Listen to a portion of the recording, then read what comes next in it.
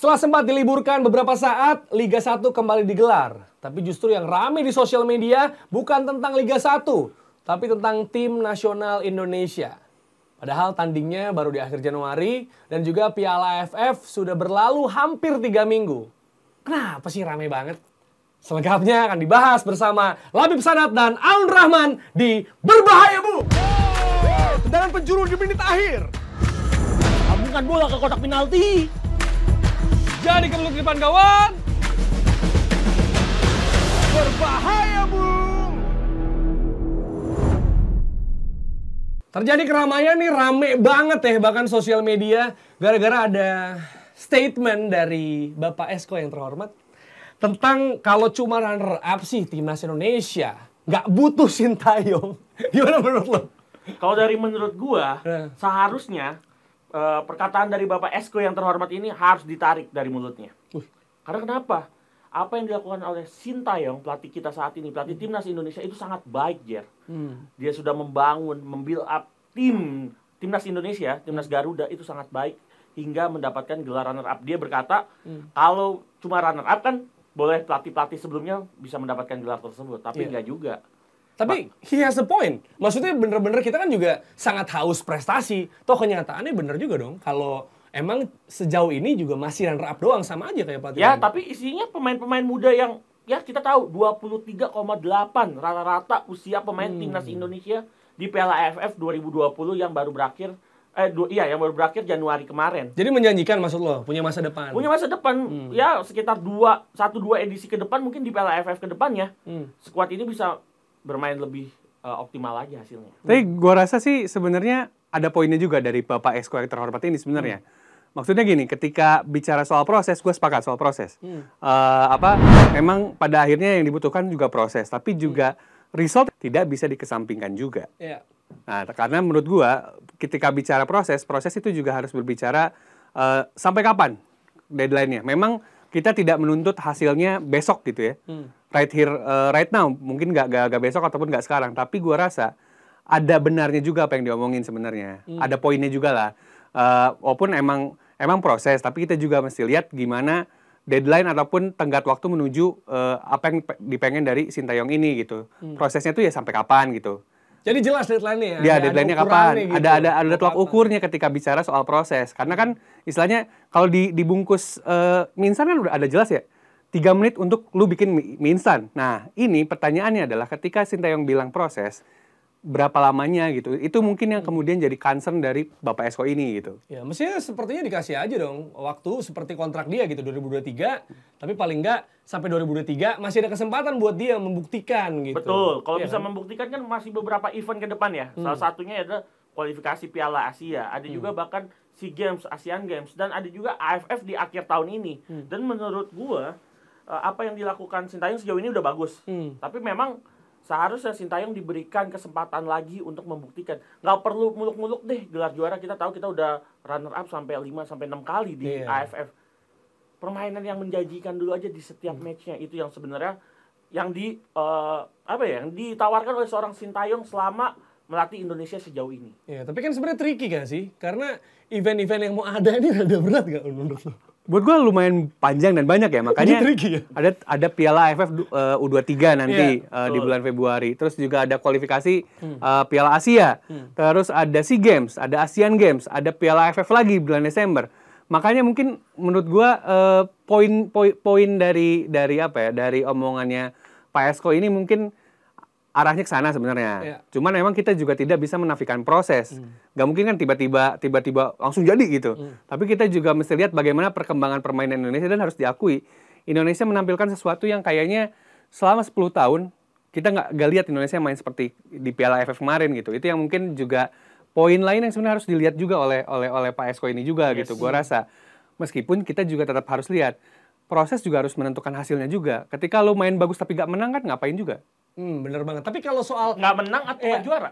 Dua-duanya. Nah, menang sih menang, tapi di final biasanya flop. Nah, itu kan pertanyaan biasa. Itu kan jadi pertanyaan kan? Iya kan? Ya. Dan sebenarnya gini, kalau misalnya lihat nih soal hype, soal timnas kayaknya bagus, menjanjikan. This not the first time kita punya gitu. Maksudnya sebelumnya juga ada Luis Mia, Terus juga sempat ada Alfred Riedel juga gitu. Peter Witt juga, bahkan di Thailand juara langsung diambil sama PSSI untuk ngelatih Indonesia. Sama aja, bro. Ya makanya gue rasa yang paling penting adalah poinnya adalah deadline-nya gimana gitu. Dan itu sangat wajar karena kan kerjanya beliau kan sebagai Esko yang memang tugasnya adalah menunjuk pelatih tim nasional. Salah satunya gitu bekerja sama dengan berbagai bidang di PSSI untuk menentukan pelatih tim nasional siapa. Oke, ini menarik ya. Karena kita ngomongin soal Exco yang menunjuk pelatih tim nasional. Nah, sebenarnya Exco sendiri ditunjuknya gimana gitu? Kok kita nggak pernah tahu? Ya kan, kita nggak pernah dikasih tahu nih, tiba-tiba yang bisa terpilih adalah dia gitu kan, dan harusnya bisa dipertanggungjawabkan juga dong. Iya, kan kalau misalkan setahu gua, bagaimana Exco bisa dipilih adalah adanya voting atau pemilihan dari klub-klub. Oke. Dari anggota PSSI. Dari anggota klub-klub kan anggota PSSI itu klub-klub salah satunya, nggak klub Liga 1 atau divisi utama aja, tapi ada yang di bawah-bawahnya beberapa. Itu voting-voting akan menentukan sekitar 8-9 Exco ya. Betul. Tapi boleh nggak sih dibikin transparan gitu biar kita semua tahu gimana sih prosesnya, kan kita nggak tahu selama ini. Biasanya kan itu terjadi di Kongres PSSI kan. Yang tertutup sebenarnya. Tertutup terutama ketika menjelang akhir seingat gue ya. Cuman emang kalau misalnya pada babak awalnya gitu ya, biasanya terbuka tuh siapa aja calon Exco-nya. Sampai 36 biasanya. Nanti kan akhirnya kalau berdasarkan statuta tahun 2019, itu kan akhirnya cuma ada 12 kan. Ditambah ketua, wakil ketua 2 gitu. Jadi dibikin shortlist ya? Biasanya dibikin shortlist tuh udah di media udah muncul tuh. Ada 36 calon Exco gini-gini. Nanti akhirnya kan ada berapa round pemilihan di mana tadi suaranya memang anggota PSSI yang berarti adalah klub, terus juga Asprof atau asosiasi provinsi yang punya suara. Makanya pada akhirnya memang keputusan yang terjadi di timnas di level PSSI juga berpengaruh dari anggotanya juga. Akhirnya ada Exco di sana, mau tidak mau itu juga memang ada andil dari klub dan juga anggota PSSI yang lain sebenarnya. Nah, itu dia penjelasannya buat yang nanya ya. Gimana sih caranya tiba-tiba dia terpilih sebagai anggota Exco. Nah, tapi yang menarik juga dari pernyataan beliau ini, itu adalah ketika cara main ya. Bahkan dia mengkritisi juga dalam tanda kutip cara main yang dipakai Sintayong. Katanya Liga 1 kan banyaknya kaki ke kaki. Kok ini mainnya direct ball? Apa gitu. itu nggak kebalik, Jen? Apa itu nggak kebalik ya? Menurut gue pribadi itu kebalik deh kayaknya. Mungkin dia maksudnya ketukar gitu. Kali apa dia terburu-buru ya? Nggak tahu juga. Berbahaya, Bung. Mungkin karena kan kita lihat tayangan kan, mungkin karena show gitu dia mungkin menyebutnya sebaliknya mungkin. Jadi tapi kan dibandingin sama Luis Mia, terus dia kaitin sama Villanesia. Apakah mungkin dirasa Sintayong ini tidak sesuai dengan Villanesia? Ya kan kalau Villanesia kan besar ketika eranya Luis Milla ada kan. Tapi ketikanya Sintayong pasti Sintayong punya caranya sendiri, punya formnya sendiri untuk bagaimana membuild up tim ini menjadi timnas Indonesia ya, terutama menjadi timnas yang luar biasa. Dengan kaki ke kaki. Dari kaki ke kaki. Bisa dilihat dong, gol melawan Singapura di leg pertama, bener nggak? Bagaimana dari belakang seorang Astawi melakukan kombinasi nih Pak. Namanya kombinasi. Tahu nggak? Berbahaya, Bung. Lakukan kombinasi 1-2, yang terakhir melakukan cutback atau umpan tarik. Itu saya kasih tahu lagi tuh namanya. Kepada Witan ya? Iya, terhadap Witan Sulaiman yang bernomor punggung 8, pencetak gol pertama Indonesia. Oh, udah jelasin nomornya. Saya kasih tahu kalau Bapak nggak tahu. Itu namanya cutback alias umpan tarik. Dan gol pertama terjadi. Saya kasih tahu nih. Oh, itu nggak ada umpan jauh tuh ya? Nggak. Di situ prosesnya. Mungkin ada long ball. Nah, ini makanya mungkin gua rasa ketika Bapak Esko bilang long ball itu ketika Bapak Esko bilang long ball, mungkin ini kejadiannya ketika final kita kalah lawan Thailand. Kita udah diberondong banyak gol tuh. Akhirnya kan bertahan dengan dalam gitu, defensif. Mau gak mau, defensif kita harus long ball dong. Clearance dari harus nyari bola direct, kecuali kalau Bapak tahu caranya ketika kita main dalam terus harus nyampe ke depan tapi nggak pakai direct. Kalau Bapak tahu mungkin ya timnas juga pakai itu gitu. Atau Bapak jadi pelatihnya. Ditekan sama Thailand itu luar biasa loh. Luar biasa. Vietnam misalnya. Vietnam kita bisa lihat. Kita bisa bermain ultra defensif, kita katakanlah melawan Vietnam di putaran grup dan melawan Thailand di partai final. Melawan dua negara itu kan kita bermain defensif kan. Terutama kita sukses loh dalam 3 pertandingan ya. Thailand 2 kali dan Vietnam 1 kali, kita meraih 2 hasil imbang. Kita meraih 2 hasil imbang dan itu cara-cara kita bermain defensif, akhirnya kita melakukan long ball, beberapa kali kita dapat skema namanya counter attack Pak, atau serangan balik. Oh gitu. Gitu, Tapi mungkin. gini, menarik. Ini kalau misalnya tadi ngebahas ya soal cara main gitu kan, apalagi ada perbedaan. Tadi dia bilang bahwa Liga 1 sama Timnas beda gitu. Ini kan berkaitan juga sama mungkin coaching point-nya gitu ya. Maksudnya beliau berkata bahwa memang ada gap mungkin yang terjadi sama pelatih tim nasional sama pelatih klub. Mungkin diharapkan dengan masuknya Sintayong ada transfer knowledge terjadi. Ada mungkin ngobrol lah, nongkrong ngopi bareng nih, ngasih tahu ngomongin strategi taktik gimana sih sebaiknya gitu. Yang gue rasa dengan apa yang terjadi sebenarnya menunjukkan apa ya? Ini kan biasanya coach tim Sintayong ini selalu dibandingin sama Luis Milla kan. Bagaimana sebelumnya ya? Ya kalau misalnya ibarat kata pacaran sama mantan sebelumnya tuh dibanding-bandingin. Bandingin misalnya kalau Mia tuh ABCDE, kalau Sintayong ABCDE. Yang gue lihat mungkin waktu zamannya Mia, karena dia juga orang Spanyol harus diakui, ada banyak sekali culture yang mirip gitu. Ada banyak sekali budaya yang mirip antara nongkrong bareng. Ya, misalnya. Nah kan di Spanyol ada siesta kan? Atau istirahat nongkrong sore-sore gitu loh. Lebih guyup. Nah, sementara mungkin kalau misalnya Coach Sintayong sebagai orang Asia Timur yang emang lebih worker, lebih fokus sama kerjaannya, itu nggak banyak komunikasi itu gitu. Bagaimana mungkin Sintayong ketika dia kerja sekarang lebih fokus sama kerjaannya, dan nggak salah kan? Ketika dia ya udah, gue sebagai pelatih tim nasional, urusan gue di tim nasional, fokusnya di sana. Cuman mungkin itu yang agak berseberangan dengan situasi yang ada di Indonesia. Budaya ketimuran. Ya, Budaya ketimuran. mungkin itu.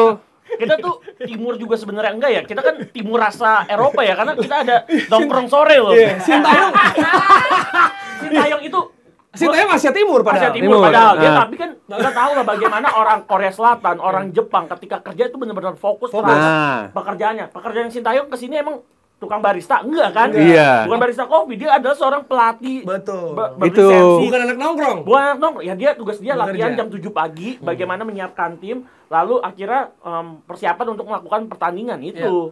Mungkin itu jadinya nggak ada banyak komunikasi dengan pelatih-pelatih lokalnya mungkin. Karena Obrolan semi formal lah. Iya, gitu mungkin di sana. Benar, tapi ini menarik ya kalau misalnya ngomongin soal perlakuan, ya terutama ada resistensi terjadi dari mungkin kita bilang orang-orang yang mestinya mungkin mensupport juga. Ya, terjadi kan ini ada friksi-friksi ya, apalagi EXO PSSI dalam hal ini yang menunjuk pelatih gitu. Nah, ini kalau pelatihnya bukan Sintayong gitu, misalnya pelatih sebelumnya gitu, kira-kira perlakuannya sama nggak sih kemana-mana tuh? Yang terjadi kan sebenarnya adalah dipertanyakan apakah ini kan kita udah mengalami berapa kali situasi seperti ini gitu. Iya. Pergantian pelatih ya. Pergantian pelatih, terus juga bagaimana akhirnya pelatih nggak dapat ruang yang dia butuhkan untuk melakukan pekerjaannya gitu. Di sisi lain kan kemudian juga di publik dipertanyakan, ada pertanyaan lain muncul gitu. Kenapa kalau Sintayong dapat dukungan luar biasa gitu, sementara kemana dukungan-dukungan ini ketika Luis Milla? Pertanyaan besarnya kan sering di sana. Kalau misalnya boleh dicek, teman-teman, cek waktu misalnya ketika, coba cek ketika Luis Milla akhirnya berhenti dari pekerjaannya, atau diberhentikan. Itu cuma 2 minggu sebelum Piala AFF. 2 minggu banget. Kita nggak bisa lihat itu gitu. Kita nggak bisa, we didn't see it coming gitu. Kita nggak tahu. Nggak tahu. Dan posisinya saat itu Luis Milla setelah Asian Games dia meminta untuk istirahat pulang ke kampung halamannya di Spanyol ya. Ya. Lupa nama daerahnya apa tuh. Abis itu ketika terjadi pemberhentian Luis Millanya Lagi di Spanyol. Lagi di Spanyol, nggak ada di Indonesia. Jakarta atau Indonesia. Itu yang kenapa nggak ada dukungan masif yang sempat terjadi di daerah-daerah, contoh seperti di Tebet kemarin kita melihat tempel-tempelan, spanduk dan sebagaimana, stay. Ya itu, karena waktu kemarin Luis Milla di tahun 2018, Luis Millanya posisinya lagi nggak di... Kita juga kaget ya, diputusin tiba-tiba begitu kan. Betul. Kalau yang sekarang kan kita merasakan ininya ya, merasakan danger sign-nya gitu, warning sign-nya tuh kerasa gitu, bagaimana bahkan setelah Piala AFF tiba-tiba udah ada yang nyinggung soal posisi Sintayong, apakah bakal diberhentikan atau tidak gitu. Tapi kita juga dapat reassurance dari federasi kalau Sintayong bakal bekerja sampai 2023 sesuai dengan kontraknya. Ketika udah bicara kontrak, ketika ngomongin tahun 2023 itu, gua ngerasa justru jadi gak aman gitu. Karena udah diomongin nih, itu justru menurut gua semacam kayak signal, nih lu tuh cuma sampai 2023. Justru jadi tekanan juga buat Sintayong gua rasa. Bisa. Ketika ngomongin durasi lu tuh sampai sana. Itu yang misalnya ditanya, itu kan salah satu sign yang kita bisa dapat kalau posisinya Sintayong ternyata tidak aman di tahun 2002 ini gitu, ataupun sekarang gitu. Betul. Tapi juga bisa nggak aman ketika menghadapi turnamen atau kompetisi dan event-event kedepannya, Sintayong turun performa atau turun prestasi. Iya. Ini kesempatan baik untuk disikat aja gitu. Iya, kan Tuh kayak- kan ternyata ada segitunya. Gitu. Iya, terus kita bisa melihat tapi bagaimana ntar di kualifikasi Piala Asia, Piala AFF U23 dan Piala AFF terutama di akhir tahun atau di awal tahun depan itu ada kesempatan buat Sintayong membuktikan kepada bapak-bapak Esko bahwa pemilihan terhadap dirinya itu tidak pernah salah. Itu dia. Jadi ditunggu aja kira-kira bagaimanakah Sintayong bisa melawan kritik ini karena kemarin udah bilang, aduh saya tersinggung nih, kayaknya saya terganggu gitu kan. Iya, merasa kerjanya direcokin kan. Nah. Ya mungkin karena miskomunikasi aja. Mungkin juga Bapak Esko ini mungkin nanya, "Pak, gimana kerjaannya hari ini, Pak?" Nah, Sintayong kan mungkin setelah kerja pengennya langsung istirahat di rumah. Mungkin small talk aja, small talk Apa mungkin. nggak di chatting dulu Ya, ya? mungkin gini karena jarang nongkrong bareng gitu, jadi basa-basinya agak bingung. Iya. Mungkin gitu. Pak, prestasi Pak. Kok gue diserang gitu. Kok gue? Jadi ofensif gue nih. Loh, Wow. Harusnya bilangnya, "Pak, makan ramyun yuk." ya.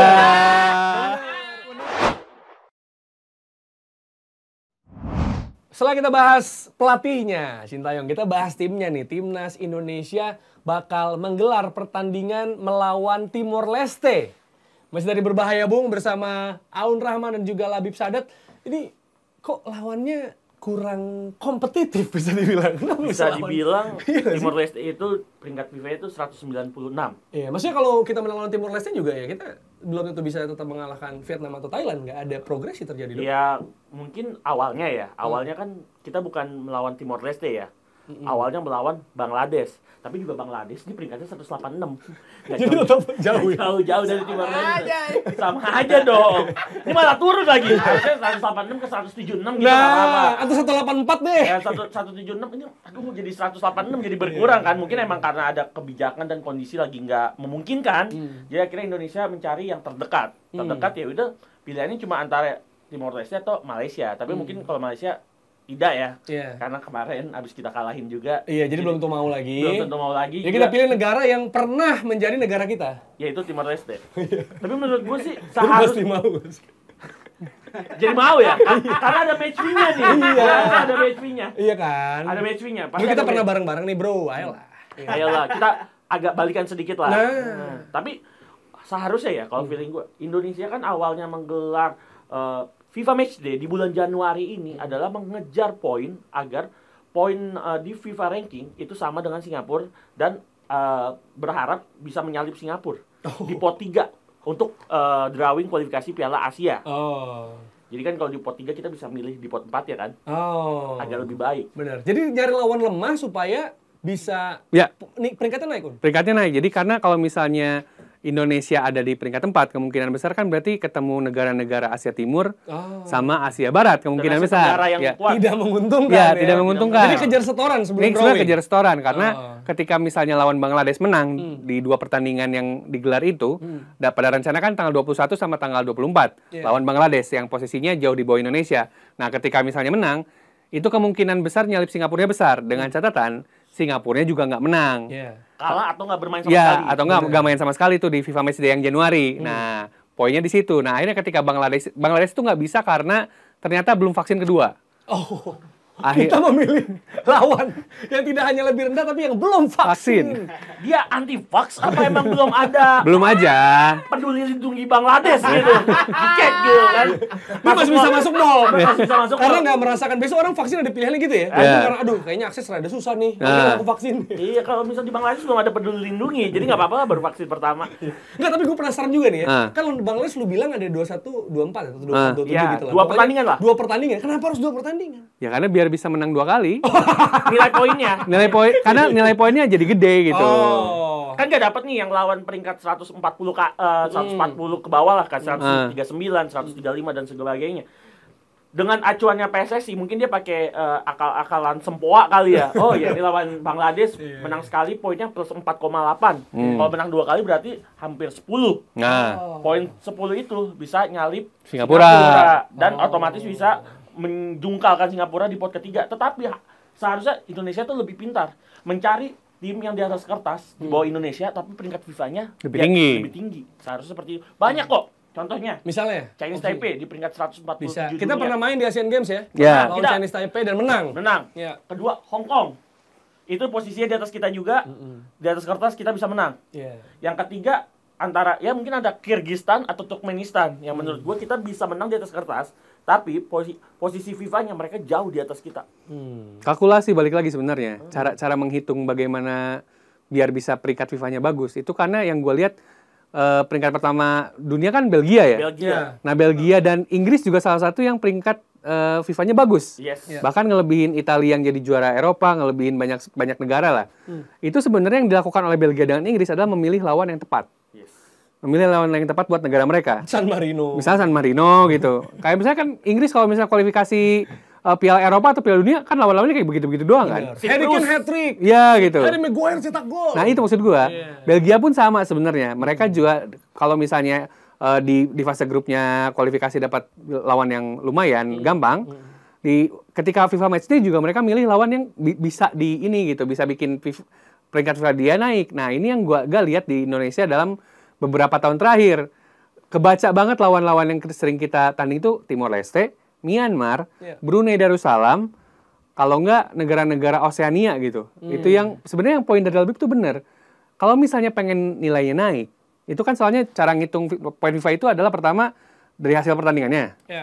Kepentingan pertandingannya, importance-nya gitu. Seberapa penting pertandingan ini? Apakah ini FIFA Matchday atau bukan? Kelas apa gitu ya? FIFA kelas apa? Kalau friendly doang enggak lah. Ya, Jadi gitu. kalau kelas juga ada kelas A, B, B, C, C, E. D. Nah. Dari Dari kemarin lawannya? kelas D loh. Oh, jadi secara lawan dan turnamen. Ada pengaruhnya. Nah, setelah itu, hasil pertandingan, beberapa important match-nya, terus kita lihat juga dari cara ngitungnya adalah koefisien dari federasi tersebut. Makanya ketika misalnya kita lawan negara Eropa yang peringkatnya lebih tinggi, tapi kita bisa menang, anggaplah kita tanding lawan Siprus. Atau enggak, Makedonia jago, Bib. Oh iya. Ada Goran Pandev. Andorra misalnya. Oh, Misalnya Andorra, Indonesia menang lawan Andorra, itu peringkat FIFA kita bisa naik. Ataupun misalnya kita tanding lawan negara-negara Afrika Barat gitu. Itu yang maksudnya, tapi jangan Kamerun ya gitu ya. Senegal kuat masih kuat. Maksudnya Mali gitu. Mali Ataupun misalnya Liberia gitu. Yang peringkat FIFA-nya jauh lebih bagus, tapi kita bisa menang gitu. Itu tentu akan jadi hasil yang beda gitu. Ketimbang kita terpaku sama negara-negara yang emang peringkatnya di bawah kita dan lebih gampang. Sebenarnya yang paling ideal adalah mencari itu. Dan mencari itu tentunya butuh effort kan. Ya, mungkin emang karena Indonesia ini nggak pede juga ya, kali. Karena kalau ngelawan yang sebenarnya kayaknya kita bisa kalahin deh, yang peringkat FIFA di atas kita, tapi kenyataannya kalah kan sia-sia. Dia membuang slot FIFA Matchday. Misalnya kayak Andorra, kalau misalnya kita kalah sama Andorra gimana? Kita jadi malah minus. Iya, apakah kita harus melawan Andorra? Tapi kan worth to try gitu. Mainnya di Pondok Labu. Lawannya Rans Cilegon. Itu mah mainnya di Madia Senayan. Nah, itu dia. Jadi kayak gitu. Jadi sebenarnya kalau orang nanya kenapa sih emang lawannya muda-muda, ini sebenarnya urgency karena drawing tadi yang bilang drawing tadi itu dipengaruhi sama peringkat FIFA. Ya. Betul. Peringkat FIFA kan juga nanti dikonversi ke peringkat AFC kan. Nanti itu yang kemudian bikin sebenarnya beberapa negara sering banget akhirnya tanding sama negara yang peringkat FIFA-nya jauh lebih rendah, ya biar potnya jauh lebih bagus. Kalau di Asia, setahu gua yang paling sering ngelakuin itu Uzbekistan sebenarnya. Makanya dia di Piala Asia ataupun di kualifikasi Piala Dunia, dia punya pot minimal 1 atau 2. Karena dia si peringkatnya bagus gitu. Itu yang kemudian sebenarnya harus ditiru sama negara-negara di bawahnya. Dan yang emang harus dijadi urgensi adalah sebenarnya mencari lawan yang peringkat FIFA-nya jauh lebih bagus. Tapi kebaca nih sama kita, bisa kita kalahin. Bagaimana caranya kita tahu ini negara bisa kita kalahin? Scouting. Dan melihat juga statistik negara ini bagus apa enggak dalam 5 pertandingan terakhir.